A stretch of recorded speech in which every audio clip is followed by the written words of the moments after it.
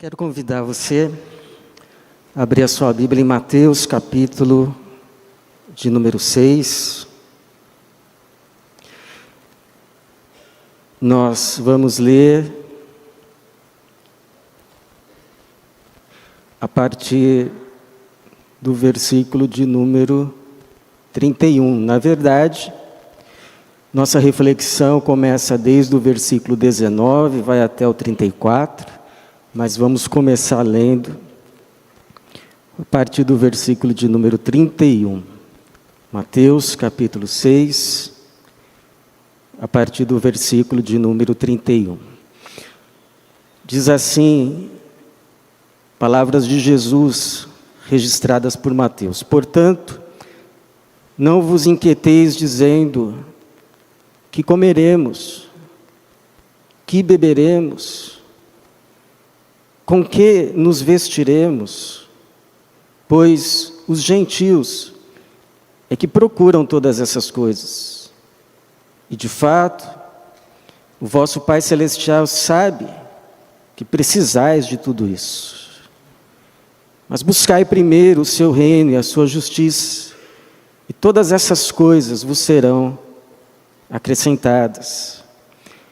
Não vos inquieteis, pois, pelo dia de amanhã, porque o dia de amanhã trará as suas próprias preocupações.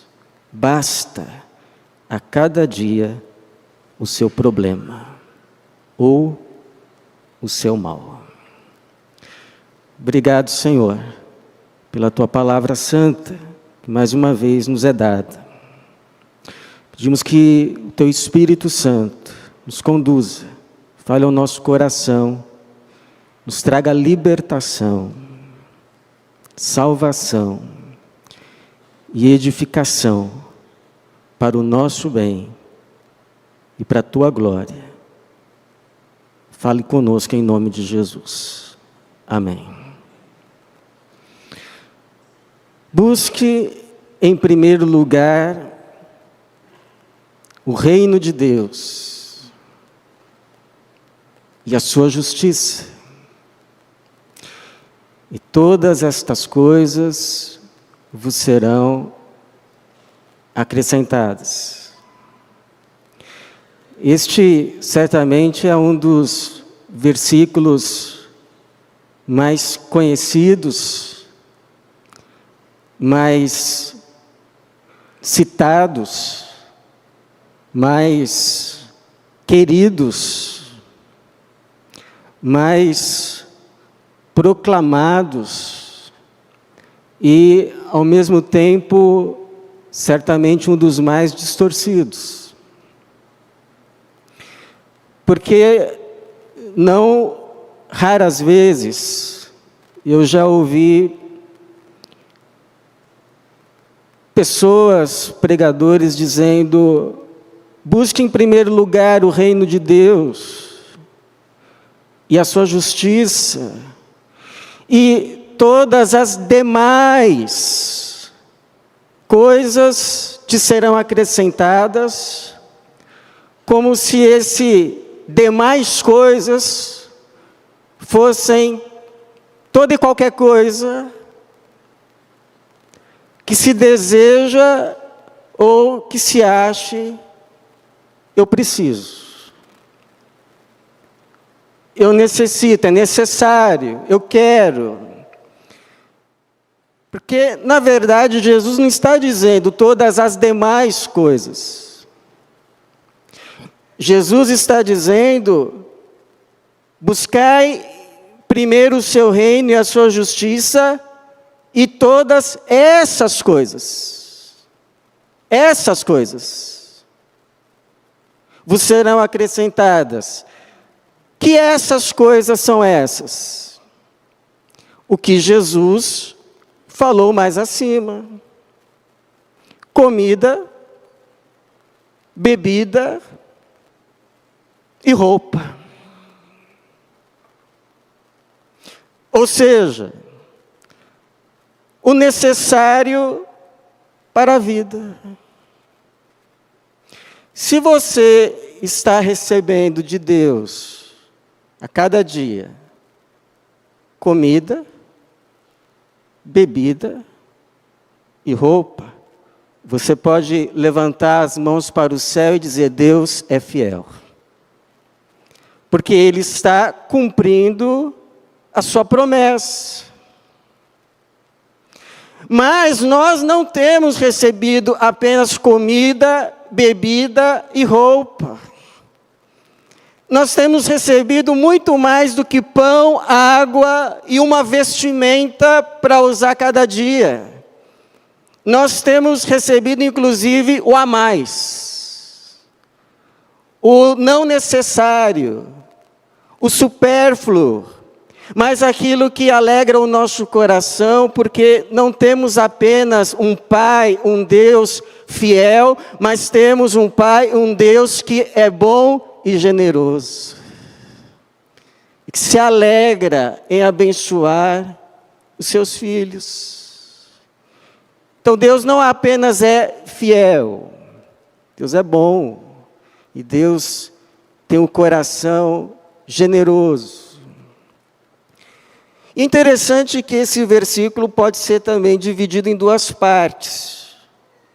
Uma que diz respeito ao tempo presente e à nossa ação, buscai em primeiro lugar o seu reino e a sua justiça. Tempo presente, ação nossa. E tem a segunda parte, que diz respeito ao tempo futuro e à ação de Deus, não nós. E todas essas coisas vos serão acrescentadas. Então, o tempo que se chama hoje é o tempo da nossa ação. O tempo que se chama amanhã é o tempo da ação de Deus. Como alguém já disse, o hoje pertence a nós. O amanhã pertence a Deus. E daí então vem a proposta de vida de Jesus. O que Jesus está nos dizendo é isso.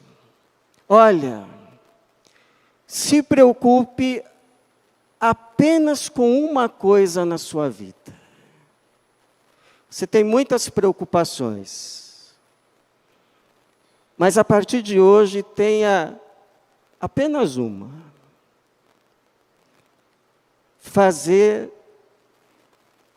a vontade de Deus, o que é bom e reto aos olhos do Senhor, hoje. Onde você está. Mas pastor, e o amanhã? O amanhã Deus cuida. Essa é a proposta de Jesus para a nossa vida. Para a nossa saúde mental, para a nossa saúde física, para a nossa saúde espiritual, para a nossa saúde emocional. Só uma preocupação. Fazer o que é certo aos olhos de Deus hoje. E as outras coisas? Deus vai cuidar, inclusive do teu futuro. É claro que é uma proposta que pode ser aceita ou recusada. Eu posso tanto dizer sim, a partir de hoje eu decido ter uma preocupação só na minha vida, fazer o que agrada a Deus hoje e confiar que o meu amanhã está nas mãos dele. Está seguro. Eu tenho um Pai amoroso que se preocupa comigo. Eu entrego nas mãos dele. Você pode dizer sim a essa proposta de vida. Ou você pode dizer não. mas não ficar isento das consequências de se dizer sim ou não a esse convite amoroso de Jesus. E quais seriam as consequências de não se confiar o seu futuro a Deus? Qual a consequência que nós recebemos quando lá no fundo, na verdade,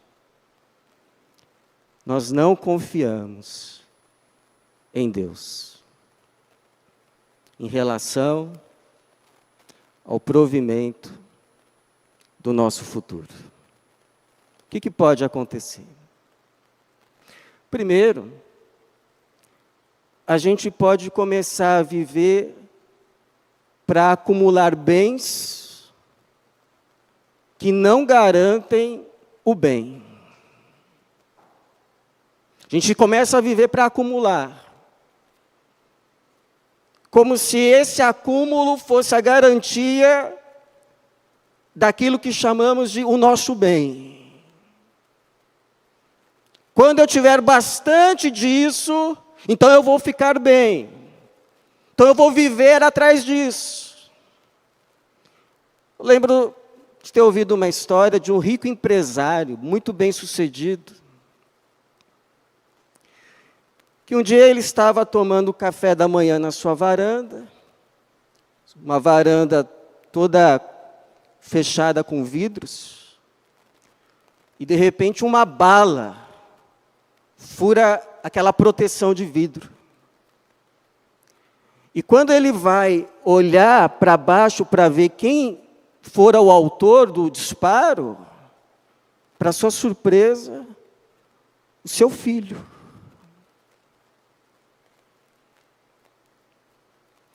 E aquela visão fez ele cair numa cama em depressão até o seu último dia.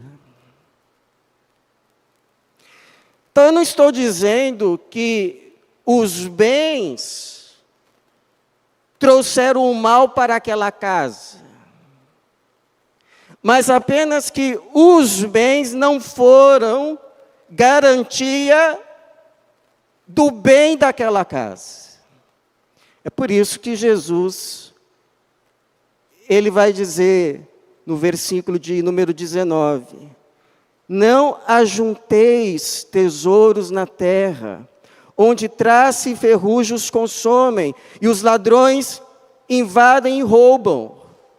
Porque além de não garantir o futuro, porque podem ser perdidos, ainda podem atrair o mal.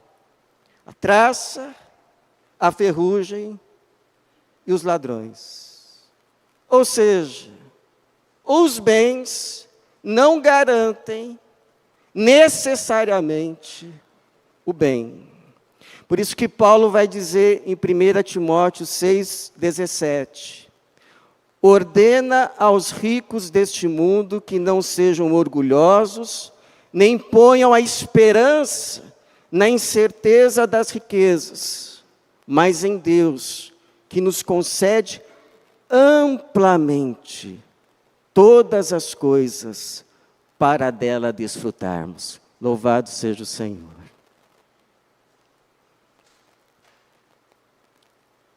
Segundo, quando a gente não confia a Deus no nosso amanhã,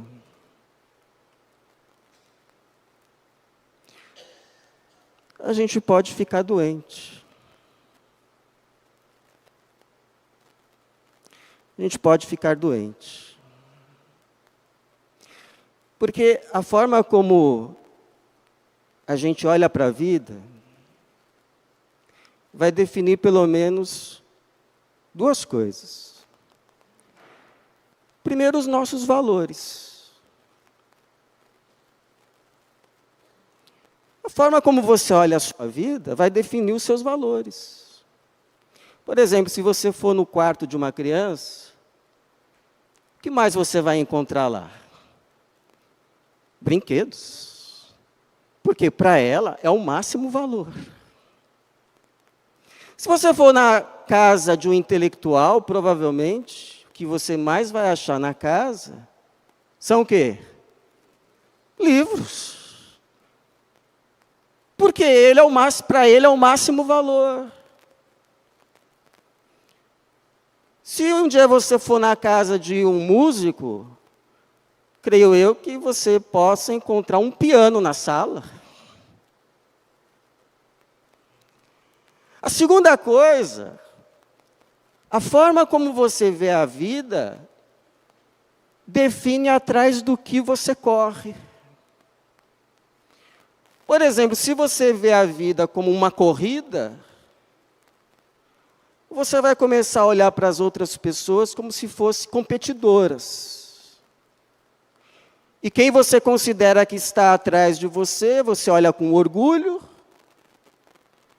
Quem você considera que está à sua frente, você olha com inveja. E daqui a pouco está com raiva. Daqui a pouco está com ressentimento, inclusive de Deus. Daqui a pouco está com uma gastrite. Daqui a pouco está com uma úlcera. As chamadas doenças psicossomáticas. Aquelas que começam aqui na cabeça. E daqui a pouco desembocam no corpo. É por isso que Jesus vai dizer no versículo de número 22, a candeia do corpo são os olhos, de modo que se os teus olhos forem bons, todo o teu corpo terá luz. Se, porém, os teus olhos forem maus, o teu corpo estará repleto de trevas ou será tenebroso. Então, eu não estou dizendo que quem se encontra doente é porque pecou, mas apenas que a forma como a gente olha para a vida vai definir o estado da nossa alma, do nosso corpo, da nossa história e de toda a nossa vida. Por isso, é bom orarmos. Lâmpada para os meus pés e luz para o meu caminho é a tua palavra, ó Deus.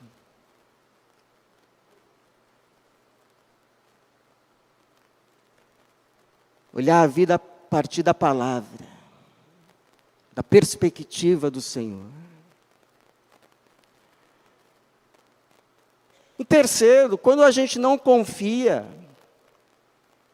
o nosso futuro a Deus, a gente corre o risco de passar a servir Mamon. Porque alguém pergunta assim, mas pastor, é errado ter posses? Não, não é errado ter posses. A questão é o lugar que você dá a elas. Se elas são meio para servir a você, a sua casa, a sua família, sua esposa, os seus filhos, aos outros, louvado seja o Senhor, haviam mulheres que serviam a Jesus com os seus bens. Agora, quando as posses deixam de ser meio para servir e se tornam o alvo final de todas as coisas da sua vida, e todas as coisas, inclusive Deus, se torna meio para, então essas posses, sejam elas quais forem, elas deixaram de ser apenas posses e se tornaram mamon. Que não apenas é um Deus falso, mas impede você de servir o Deus verdadeiro. Por quê? Bom, porque quando surge uma necessidade, que você pode estender a mão, socorrer e ajudar, você vai reter. Porque você vai dizer assim, mas e se eu ajudar hoje e me faltar amanhã? Pode te tentar ao ilícito, ao mal hoje para garantir o bem amanhã. Como o caso daquele político que guardava 1 milhão em casa para eventuais despesas.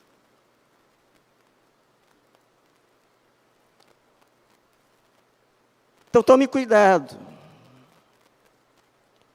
Tome cuidado. Por isso que Jesus disse: vocês não podem servir a 2 senhores. Ou você vai agradar a um, ou desprezar o outro. Vocês não podem servir, ou seja, viver ao mesmo tempo para servir a Deus e as riquezas. Quando a gente começa a viver para servir as riquezas viraram mamon.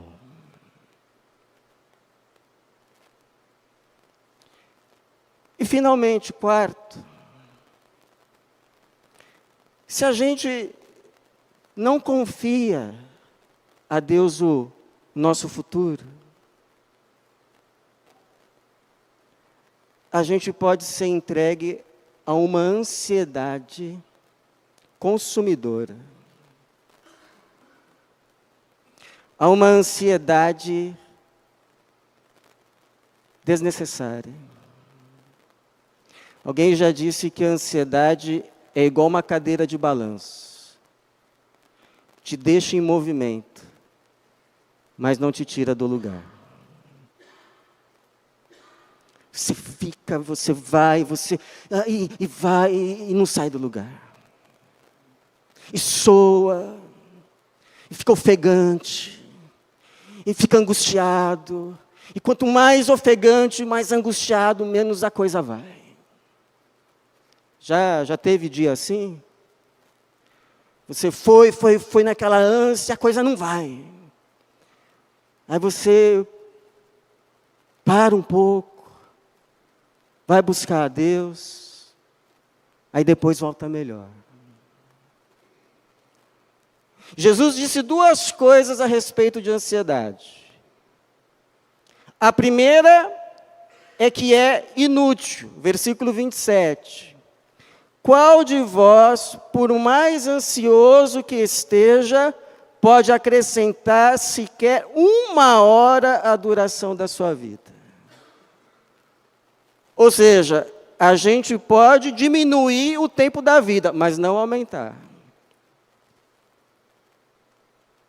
Por mais ansioso que seja. E segundo, Jesus disse que a ansiedade é desnecessária diante do Pai Celeste, cuidadoso, amoroso, fiel que nós temos. Versículo de número 26, olhai para as aves do céu, que não semeiam, nem colhem, nem ajuntam em celeiros, mas o vosso Pai Celestial as alimenta. Acaso não tendes muito mais valor do que elas? É como uma vez disse um pregador, e eu nunca mais esqueci, ele disse assim: se Deus alimenta até os urubus da Marginal Tietê, não vai alimentar você? Então, quando você se vê tomado pela ansiedade, lembre-se de 2 coisas. Que coisa mais importante não é se preocupar com o amanhã, mas se ocupar com o hoje.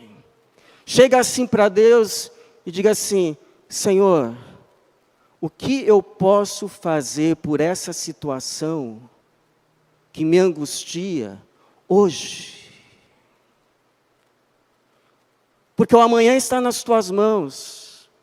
Mas se há alguma coisa que eu possa fazer por isso hoje, me ensine, me diga, me dê forças, e Deus vai te ajudar. Até porque muito do nosso futuro é resultado daquilo que a gente faz hoje. Então, está angustiado, está ansioso, para tudo. Vai lá falar com Jesus. Jesus não está indo, Jesus. Jesus não está dando certo e o tempo está passando. Jesus, o Senhor, que tem todo o conhecimento, me mostra qual é o caminho. Porque ainda que eu tenha me perdido, eu sei que desse ponto onde eu estou, o Senhor pode me encontrar. O Senhor pode me dirigir. O Senhor sabe o caminho. Deus vai te ajudar. Deus vai te mostrar. Ele já te mostrou outras vezes, não é verdade? Ele já não te ajudou outras vezes? Não te abriu os olhos? E você de repente viu? É aqui. E você foi. E a coisa aconteceu. Em segundo, lembre-se do que disse 1 Pedro 5:7. Lançando sobre ele toda a sua ansiedade, porque ele tem cuidado de vós. Teve uma vez que eu fui visitar um missionário, lá no Rio Grande do Sul, e quando eu cheguei na sua casa, eu sabia que ele recebia bem pouco. Mas quando eu cheguei na sua casa, eu fiquei assim maravilhado. Porque era tudo muito simples, mas tudo muito bem cuidado, limpo e bonito. Refletia ali a beleza de Deus. E eu conversando com ele, ele disse assim: olha, para nós não falta nada, dá até para tomar sorvete. Então não estou dizendo para você deixar tudo e ser missionário. Mas para nós considerarmos hoje a plausibilidade da proposta de Jesus. Quem sabe hoje você não vai chegar para Jesus, para Deus e dizer assim: Senhor, eu tenho esse sonho, eu tenho esse plano, eu gostaria disso em relação ao meu futuro. Está nas tuas mãos. Se o Senhor quiser, amém. Mas isso não é o mais importante. O mais importante é que eu esteja com o Senhor hoje, ouvindo a sua voz e fazendo a tua vontade, onde eu estou. Eu não sei qual vai ser a resposta dessa oração, mas eu sei que vai resultar num presente sereno, produtivo e num futuro abençoado e uma bênção para muita gente, para a glória de Deus. Que assim seja, que Deus nos abençoe. Amém.